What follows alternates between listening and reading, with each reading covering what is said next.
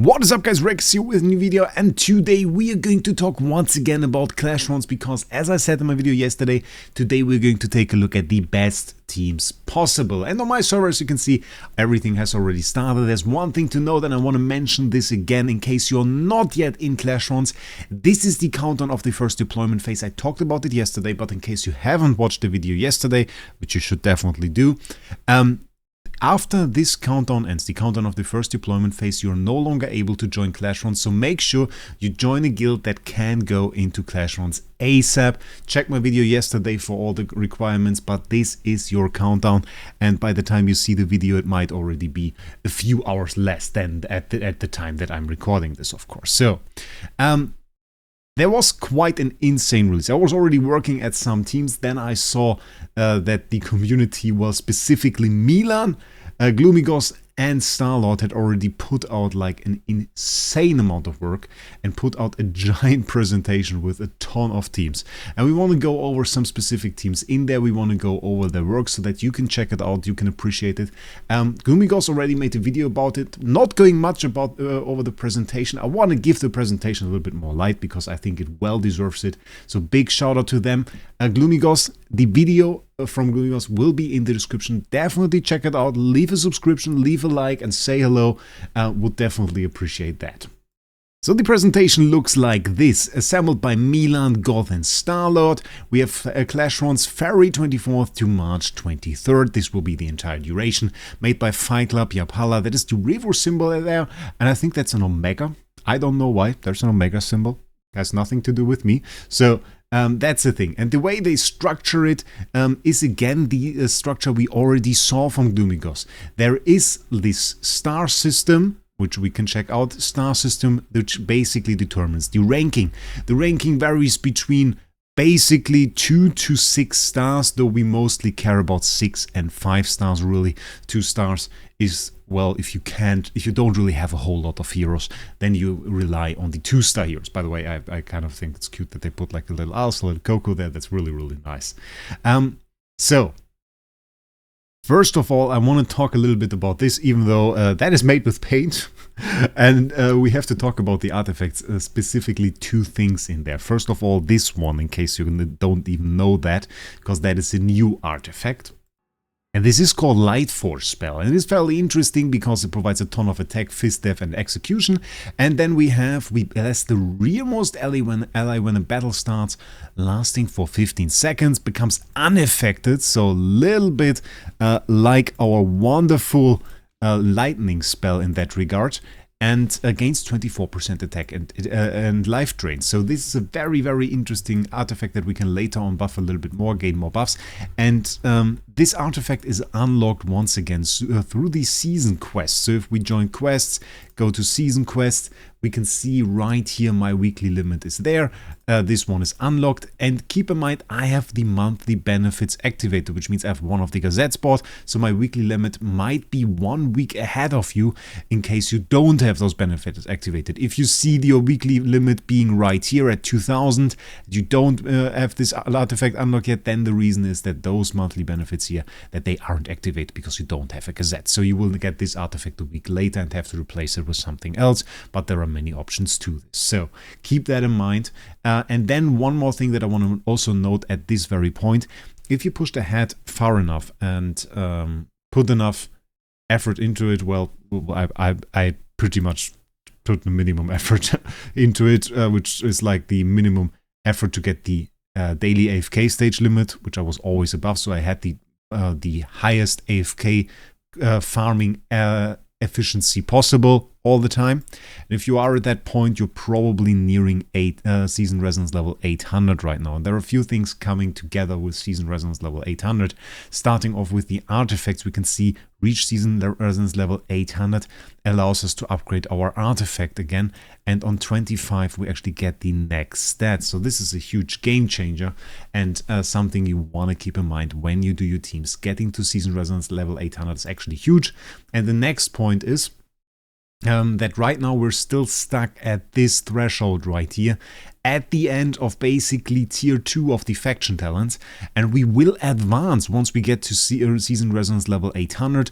At that point we will be able to go down here, and of course for our teams we want to upgrade the required trees, which of course is the Wilder tree, which is included in there. Mostly they focused on Celestial Hypergen and the Wilder tree. Sometimes you can see, I think, a little bit of Graveborn more than that isn't in there, but for PvP it's mostly Wilder stuff that is relevant, so keep that in mind. With that being said, we don't find too many surprises in there. Storm Strike, we already know, we know the strategy of all of this, so those artifacts will be found in those teams, and if you don't own a specific artifact, I recommend you just take a look at it and replace it with some other strong artifact. Usually we have already quite a few. This season around, it's no longer focused on like singular artifacts that are super strong, but we have a vast selection, which is really, really interesting.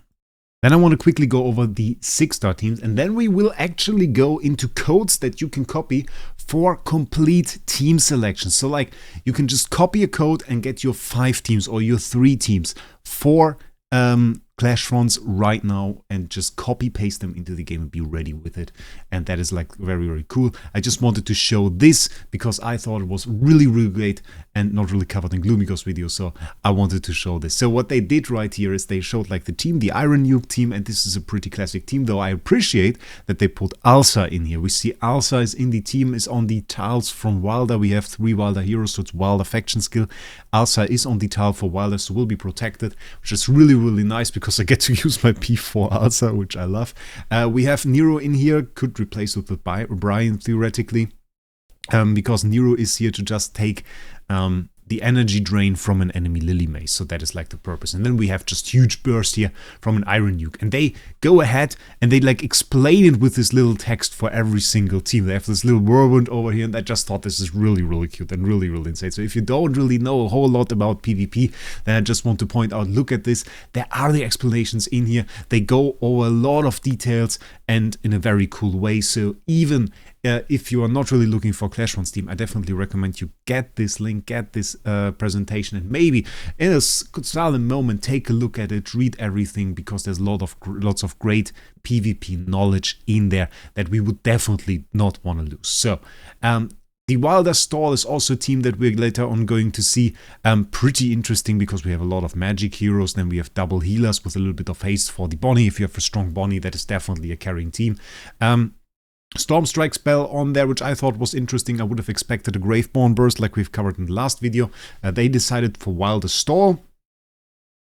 And I mean, with the Storm Strike, the good thing is you add a little bit of extra magic damage, which is really nice. You overall have like a lot of powerful units in there. Talene, I have to sadly say, not really strong. So my account, we recently got P3 Tazi and Bonnie, also more on the weaker side, P1. But in general, this team is still very sustainable and maybe very interesting for a few of you guys. So pretty cool. The Cryonaya Hypercarry, also a little bit of a different team than I actually run. I was, for example, going for a little bit more Graveborn here with the Thorin link. I really like linking Thorin to Cryonaya because it just gives her that extra bit of protection. From the link, we have the take some damage from the ally, so that is really, really nice because Thorin just takes 50% of damage, making Cryonaya more tanky. So this combination is something that I personally really like. So I was surprised to see it go more in the Celestial direction. But of course, twins link with Cryonaya, that means infinite ults if you have her. Hugin is in there, one of my absolute favorite heroes. We have this very nice positioning here of Fresto, which they made sure to say that it's not a mistake actually, because in that way it is a little bit better. We have the protection over here, we have the link. Works out pretty well. The Hugin, I'm definitely hyped to see this team, and of course with Rowan and the charms we have, and a very strong ult push. And once that Cryonaya gets to ulting, well, then it's definitely the end for the enemy. They have this little cute one, is it the little hat for Cryonaya? I love it. That is insane. And I want to make sure to say that you need the Celestial Hypergen skill tree at preferably level 20. Well, or beyond if you are already at that point, really. And with that we come to Graveborn Nuke, which was a team that I missed a little bit. They don't even go for Storm Strike on this one. Graveborn Nuke being a very fast team. Harak, Igor, with substitutes with Dianel, Vala, if you can do that. With always the substitutes here on the side, if you didn't see that before. didn't include Sylvina in this. I'm very, very disappointed. Such a nice hero and it's not in there. But of course, I mean, Igor is definitely strong. We have the link right here. Ludovic in there. So, I mean, Ludovic together with Thorin, together with Harak, that can just work. That is an absolute monstrous team. And together with the Gravebone nuke, the nice thing is you nuke the enemy on the enemy side. And of course, we instantly create an enemy that is very, very vulnerable to getting attacked by Harak. So let's go right there. Instantly losing the HP. Of course, in this situation, it is a Ludovic. So kind of not that squishy. Will instantly start to recover HP in that situation. This team has a little bit of a disadvantage, I guess.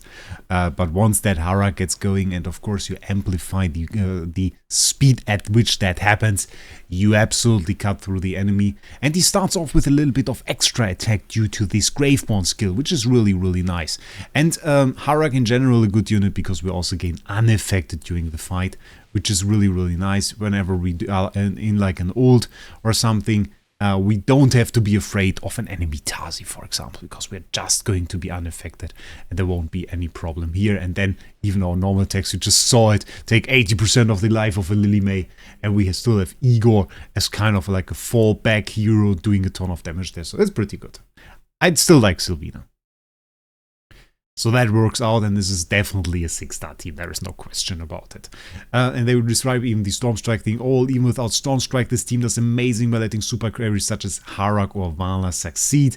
And yeah, highly recommend not slotting out Ludovic or Thorin as they are necessary to keep the Hypercarry alive. And if you saw like my PvP videos that I made in Arena, I ran a very, very similar team for a very, very long time, linking Harak with Thorin, having Ludovic in there, and even teleporting Harak with Rainier in an offensive position. Here, of course, we have automatic fights, making this a little bit more difficult to run Rainier as like the teleporter for Harak. Not meaning that we can't run Rainier, of course he's in the team, but we just don't get like the teleport on Harak every time, like the perfect position, which I did like in the Arena offensive fights. Then we have the Wilder Dio carry, and this is already our last 6-star team. Then we're going to hop into the team comps, the full comps, and then we are going to end the video. So Dunlinger supporting the Dianel, of course, old block. Then we have Leica there for some temporary buffs for our Dianel. We see ever so more Lorsan popping into the meta. I think part of it in this situation is though that we kind of want to activate the Wilder spell, which might be a little bit of an influence here from Star-Lord, because Star-Lord certainly likes his Wilder skill. And activating that, of course, is nice. And Lorsan in general is a good hero because you link two heroes together. You will get Dianel throwing like his normal attacks at them and doing a ton of damage. So that is very, very good, actually. And then Lily May, I mean, who doesn't like slotting a Lily May in this meta today? So this is definitely crazy. Who can't live without the great Dunlinger comp? I can, because my problem is like... the guy's only Supreme Plus. I really never wailed for Dianel. I got the dude, which is probably more than many players, honestly, at this point. It's kind of far back at the list. And I have the selection between like Supreme plus Dianel usually, or Crown Cryonaya, which is a fairly easy choice at this point. But still, I used him PvP for a while, even at Supreme plus, before like the Paragon changes and everything. He did very, very well. So that is the thing. Thing is, it says here that this one was fashioned by Milan himself. I really suspected Star-Lord, I have to say. I really suspected Star-Lord. So definitely an insane comp. Once again, top teams right there that you can slot every single time. If you can build one of those, you're already at a good spot. Okay, I want to point out, we just jumped over 20 or 25 pages in the presentation. So there's a lot to check out still. And we start off with the Vanguard teams, which means like you need 5 teams to slot this. So starting off, this is the 6-star Vanguard teams, using as many of the 6-star teams as we just saw. So they are all in there. And what you really do is you copy this code right here. If you go into the presentation, you can easily copy it, or you can just type it in your phone. And once you have copied that, you go into formations, you go into 5 teams, you can see it already edited, gloomy teams.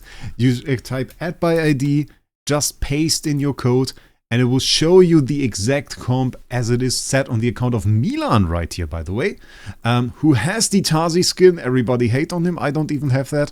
And we can see the comps right here with the setting that he has, with like all of the heroes that he has. My man definitely has, look at that, he even has like a 6-star Harak. My god, madness.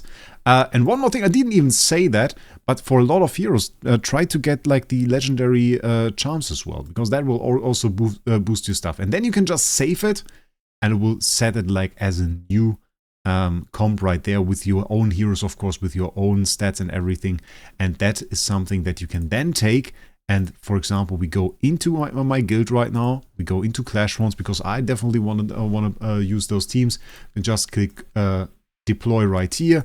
We select teams. And right now my teams are not fully set. I set 3 teams.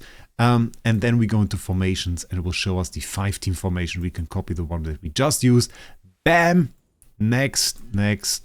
We can just go into 5. Save. And bam, we have all the teams that I just showed you immediately in here, that fast, which is great. So now we just have to deploy our teams to one of the slots and we're ready to go. So this is the way this works. I will just show you the comps right here. I definitely like this. This is the 6-star comp, of course. Of course it is good. There was no question about it. We have a 5-star comp making a little bit of different choices. We have a little bit of wildcard in here. If you have like some heroes and missing some heroes from the comps, then you can go for something like this. Maybe you don't have a diner. Then you can go for something like this. And I want to point out, you can always go back to the comps in the presentation. And if you see something and you say, okay, I'm like lacking a Vala or lacking Dunlinger, can I replace them? And you just go back into the presentation, check for the comp that you're looking for, and they list all the replacements that you can do right there. This, by the way, very, very interesting. We have the Sauron upgrade, so that could be very, very cool. And then we have a 4-star one. It's a little bit worse, but still very good teams that we have right here. I mean, this is just a solid team. It's just like basic with Carolina. And we like a little bit of a stall team for Tazi and Odie. I'm a bit sad that I can't use my Odie, but still very, very good. And then infantry teams for the 3 teams. We also have a 6-star comp right there using the Cryonaya one. Then we have the Talim one. So they're not really different. It's just that we have less teams overall, of course. We have the same teams right there. It's just a little bit less, but we still have a code right here that you can copy. 4-star, the same release. Just like best 3 teams from the top 5. And that is really what we're going for. 4-star. And that is it. So I definitely want to give a shout out again to Gloomy Ghost. The link to the video of her is in the description. Shout out to all the people on Fight Club. Shout out to the Yapalar team maker. So far, I have to say, is definitely the most impressive piece of work that I have seen for such a game mode. That is absolutely insane. I was so impressed that I definitely wanted to make a video about it. I hope it shares it to a few more people, maybe a few more subscribers for Gloomy Ghost. That would be very, very nice if you guys could leave a subscription right there. And other than that, I would say, wish you a great day and see us in the next one.